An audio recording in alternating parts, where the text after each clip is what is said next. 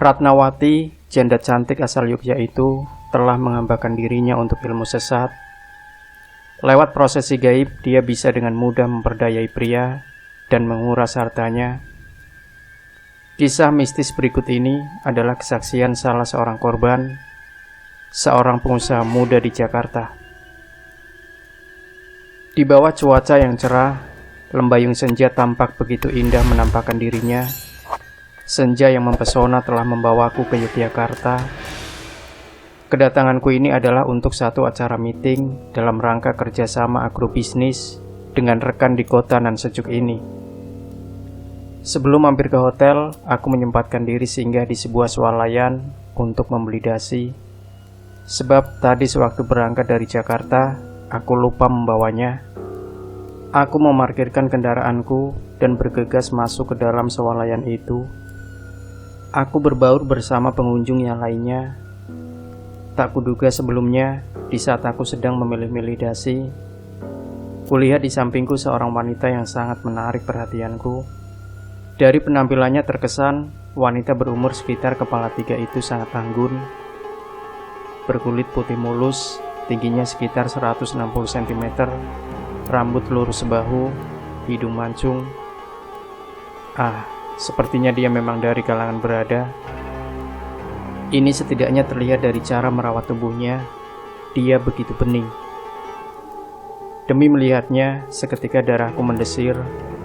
Melihat kecantikannya mengingatkanku pada seorang artis sinetron yang sangat terkenal. Pandanganku pun sungguh terpesona melihat bidadari berada di sisiku. Aku berupaya menarik perhatiannya.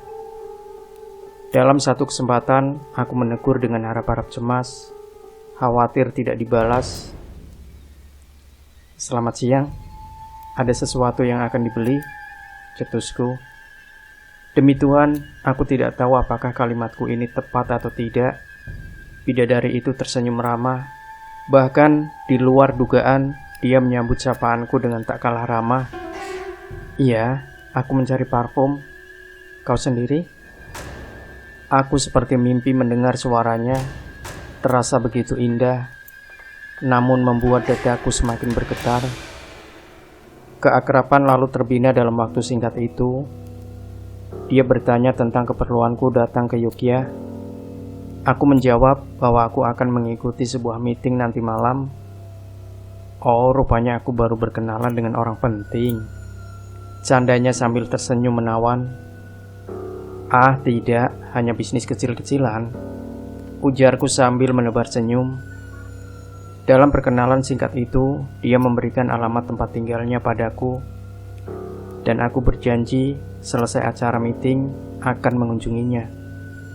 "Jangan sampai gak datang ya, aku menunggumu," katanya sebelum kami berpisah. Aneh, sesampainya di hotel, bayangan wanita itu tidak pernah sirna dari kepalaku. Ya, bayangan seraut wajah cantik itu selalu menari-nari dalam pelupuk mataku. Aku seperti lelaki ingusan yang baru mengenal wanita cantik. Padahal sudah begitu banyak wanita cantik yang kukenal, bahkan kuajak kencan. Dan aku ini termasuk tipe laki-laki yang cepat melupakan wanita. Sudah berapa banyak wanita yang telah kurengkuh, serta tak terhitung wanita yang mengucapkan kata-kata sayang dan mengusapku dengan belai mesra. Mereka hanya sekilas hadir, dan setelahnya akan hilang senyap begitu saja. Tapi untuk yang satu ini, sungguh benar-benar berbeda. Dia selalu hadir dan hadir di benakku, mengisi rongga-rongga pikiranku. Sepertinya ada sesuatu yang sangat istimewa pada diri wanita itu. Lantas, apa keistimewaannya? Apakah karena dia begitu cantik? Tidak juga. Di Jakarta wanita cantik seperti dirinya, bahkan yang lebih juga banyak yang kukenal. Lalu, apa yang membuatku begitu terpesona? Aku sendiri bingung memikirkannya, tapi demi Tuhan, aku begitu merindukan ingin bertemu dengannya. Hingga acara pertemuan bisnis itu usai, tidak ada satupun materi yang masuk ke dalam pikiranku. Justru yang muncul dalam benakku adalah Kerinduan ingin jumpa dengan gadis yang dari kartu namanya ku ketahui bernama Ratnawati itu. Malam itu, setelah meeting bisnis nan hampa itu berakhir, ku turuti keinginanku untuk mendatangi kediamannya. Tak terlalu sulit untuk mencarinya. Sesampainya aku di sana, terlihat Ratnawati sedang duduk di teras rumahnya. Di bawah sinar cahaya lampu, dia terkejut melihat kedatanganku. Wah, tak kusangka kau betul-betul memenuhi janjimu. Padahal, aku sudah hampir putus asa menunggumu. Bibir mungilnya bergetar menggairahkan. Singkat cerita, malam itu aku jadi begitu akrab dengannya. Aku juga lalu mengetahui statusnya yang sudah menjanda. Menurut penuturan Ratnawati yang bercerai dengan suaminya 2 tahun silam, dia memilih hidup mandiri, menjadi ibu sekaligus menjadi ayah bagi kedua putranya. Dia menjalani hari-harinya penuh dengan perjuangan. Keuletannya membuka usaha catering, membuat kehidupannya kian mapan dan mandiri. Hatiku seperti dituntun sesuatu tenaga gaib yang penuh dengan sukacita ketika dia mengutarakan keinginannya untuk mengembangkan usahanya. Dengan tanpa pikir panjang lagi, aku memberi alternatif untuk pinjam dana ke bank. Awalnya dia menyetujui usulku dan minta diambilkan formulirnya. Namun yang terjadi kemudian sungguh berbeda. Dia meminta pinjaman dariku. Gilanya, aku begitu mudah menjanjikan akan memberi pinjaman dengan jumlah cukup lumayan itu. Malam itu, jika saja aku tidak ke rumahnya, tak mungkin aku merengkuh kemesraan darinya. Dengan penuh gairah aku memeluk wanita yang baru ku kenal itu. Keinginan bercumbu dengannya serasa begitu menggila. Aku lupa akan janji yang aku ucapkan di hadapan istriku saat sebelum berangkat bahwa aku tak akan macam-macam di Yogyakarta. Nyatanya, malam itu aku memang seperti larut dengan pesona wajah yang cantik yang baru ku kenal siang tadi itu. Dan aku terbang dalam pelukan tubuh Sintal beraroma harum semerbak. Perkenalanku dengan Ratnawati sungguh suatu pengalaman yang indah, namun terasa aneh. Mengapa aku katakan aneh? Sebab sejak mengenalnya, aku kerap kali merasa seperti telah kehilangan diriku, yang kelak aku ketahui bahwa aku memang terpenjara dalam dimensi gaib. Sejak mengenalnya, dalam keseharian dan kesibukan, aku selalu didera oleh kerinduan yang hadir sepanjang waktu. Aku seperti merasakan wajah wanita itu senantiasa hadir dan mendorongku untuk segera datang mengunjunginya. Akibatnya, sejak mengenal Ratnawati, aku menjadi sering bolak-balik Jakarta Yogyakarta hanya untuk menemui wanita yang kurindukan. Kepada Hana istriku, aku tentu saja beralasan mengurusi kegiatan bisnis. Aku merasa telah menang, sebab nyatanya Hana memang sangat mudah kubohongi. Hingga tiba pada suatu malam, ketika langit amat cerah, bulan tampak bulat sempurna di antara taburan bintang gemintang. Aku datang ke Yogyakarta. Waktu itu puncak malam Sabtu, udara dingin November merembes membasahi arus darahku. Di sudut remang, bibirku menyapu bibirnya, melumatnya dengan penuh gairah. Lidahnya yang panas membakar jagat kelaki-lakianku. Sedetik kemudian, waktu tiba-tiba seakan padam. Malam mendadak membara, panas mengelupas mulus tubuhnya. Bagian tubuhku seperti memasuki ruang tanpa cahaya. Aku terkapar tak berdaya di bawah gaun tidur halus. Diiringi irama sunyi nyanyi serangga menghias malam. Malam itu, aku dan Ratna menghabiskan rindu dengan permainan asmara yang seharusnya tidak kami lakukan. Tapi kami telah dipenjara oleh birahi, sehingga kami lupa akan batas-batas kewajaran. Namun, apa yang kemudian terjadi sejak hubungan intim itu berlangsung, Tanpa kusadari, sejak saat itu aku kian terpenjara oleh kekuatan gaib yang terus menderaku. Sebagai bukti, pikiran dan langkahku selalu mengajak kepadanya. Sementara aku semakin lupa pada istri dan anak-anakku. Wajah dan keceriaan mereka telah hilang lenyap, tiada bekas di hatiku. Meski aku hadir di tengah-tengah mereka, namun kehadiranku bagaikan kapas yang melayang. Berasa hampa, tidak ada denyut kehidupan. Ya, istri dan anak-anak yang selama ini begitu aku cintai, kini tidak berarti apa-apa bagiku. Yang ada dalam kesabaranku hanyalah Ratnawati. Ya, bila aku berada di sisi Ratna, roh kehidupan mulai menyala, gairah hidup kembali mengaliri aliran darahku. Di sana aku menemukan pelabuhan hatiku. Secara diam-diam, sepak terjangku yang telah berubah, rupanya diamati oleh istriku. Karakterku yang berubah mengundang dia untuk datang ke seorang sahabat untuk minta pendapat. Lewat Imron sahabatku, istriku mendapat informasi aneh yang mengatakan bahwa ternyata aku telah terbelenggu oleh kekuatan gaib yang tidak terlihat secara kasat mata. Benarkah? Sadarlah Mas Pras, aku tahu kau begitu mencintai wanita itu. Tapi cintamu itu bukan yang sewajarnya. Geragap Hana, istriku suatu malam ketika kami bertengkar. Wanita yang mana? Aku tidak segila itu. Kau jangan berpikir yang macam-macam ya, sergaku. Aku tidak mengada-ada, Mas. Aku tahu belakangan kau sering bolak-balik ke Yogyakarta, bukan untuk urusan bisnis, tapi kau melampiaskan nafsu dengan wanita itu, bukan?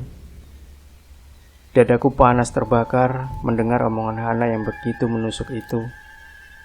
Untunglah aku bisa menahannya. Malahan aku membalasnya dengan tak kalah pedas. Aku memang mencintai wanita itu. Lantas kau mau apa? Mau cerai? Oke, secepatnya kita urus. Hana menangis sesenggukan. Bukan itu yang kuinginkan, Mas. Walau bagaimanapun aku tak ingin rumah tangga kita hancur. Sadarlah, wanita itu bukan apa-apa bagimu. Menurut Imron, kau telah diguna-gunai oleh wanita itu. Guna-guna? Ah, persetan. Aku tetap bersikukuh menepis dugaannya. Namun, tanpa sepengetahuan Hana, aku temui Imron sekaligus untuk mendampratnya. Tapi Imron mengajakku untuk membuktikan ucapannya. Supaya kau tidak marah-marah, baiklah. Mari sama-sama kita buktikan bahwa perempuan bernama Ratna itu telah mengguna-gunaimu. Kata Imron tenang sekali. Bagaimana caranya? Tantangku. Ajaklah aku ke rumah Ratna, jawab Imron. Baiklah kalau begitu. Tapi ingat, kalau sampai tak terbukti, aku akan segera menikahi perempuan itu, tantangku. Di tengah rasa penasaranku, kuajak Imron ke rumah Ratna. Sebelum sampai di rumahnya, Imron telah menetralisir efek gaib yang ada dalam pikiranku, yang selama ini telah menggerakkan naluri batinku dengan perasaan jiwa garis kesadaran. Senja membuka tabir yang melukiskan tentang jati diri Ratnawati sebenarnya. Dia yang mempesona, dia yang kupuja selama ini, dia yang nyaris meluluh lantakan rumah tanggaku. Ternyata hanya fata morgana yang membiuskan pandanganku. Mata yang polos, jiwa yang tidak terkonsentrasi, telah menyita pada satu sosok yang penuh dengan polesan magis. Sebab, begitu dipandang, terlihat pada dirinya satu jiwa menjadi dua sikap yang membuatnya bisa tampil berbeda.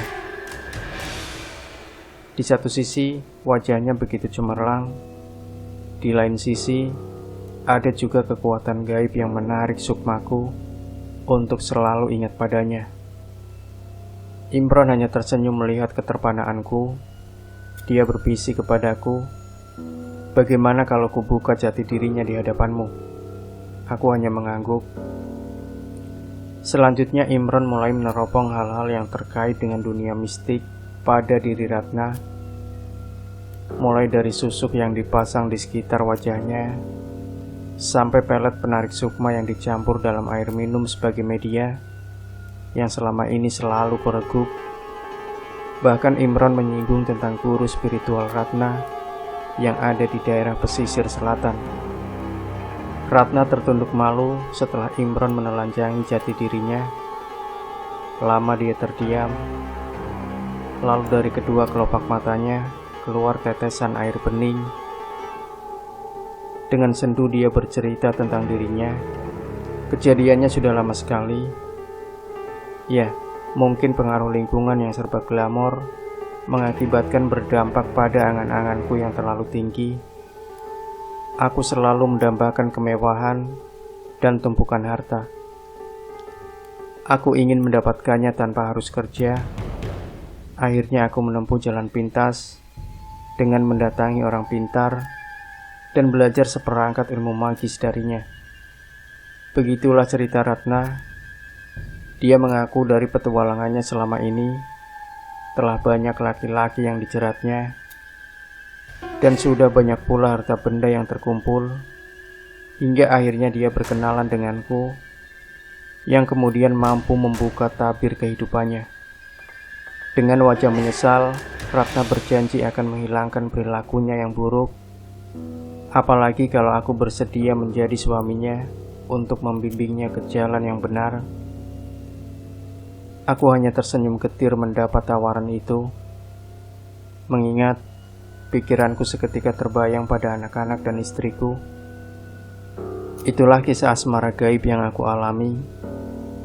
Meski Ratnawati nyaris menghancurkan hidupku, namun aku selalu berdoa, semoga Ratna mendapat jodoh dalam waktu yang tidak terlalu lama. Doaku memang terkabul. Beberapa bulan yang silam, aku mendapat SMS darinya yang mengabarkan bahwa dia sudah menikah dengan seorang Buddha. Aku balik mengirim SMS dengan kalimat, "Pegang teguh janjimu sampai akhir nanti. Selamat menempuh hidup baru kekasih." Ratna membalasnya, "Thanks. Doakan aku selalu setia dengan janjiku. Semoga Tuhan mempertemukan kita kembali." Tapi aku tak pernah berharap lagi untuk bertemu dengannya. Biarlah semua ini menjadi sejarah hidupku.